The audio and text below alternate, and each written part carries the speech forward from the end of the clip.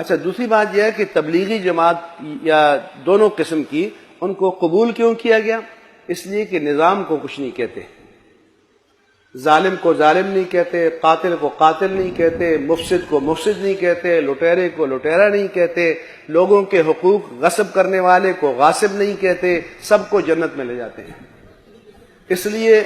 ضیاء الحق کے زمانے سے یہ حکمرانوں کا طریقہ ہو گیا کہ آخری دعا میں ضرور جاؤ، لہذا ہیروئن والا، دوسرا تیسرا، سارے کام سود والے سب وہاں موجود ہیں کہ اس دعا میں شریک ہو کر جنت میں جائیں گے، پاک ہو جائیں گے۔ اگر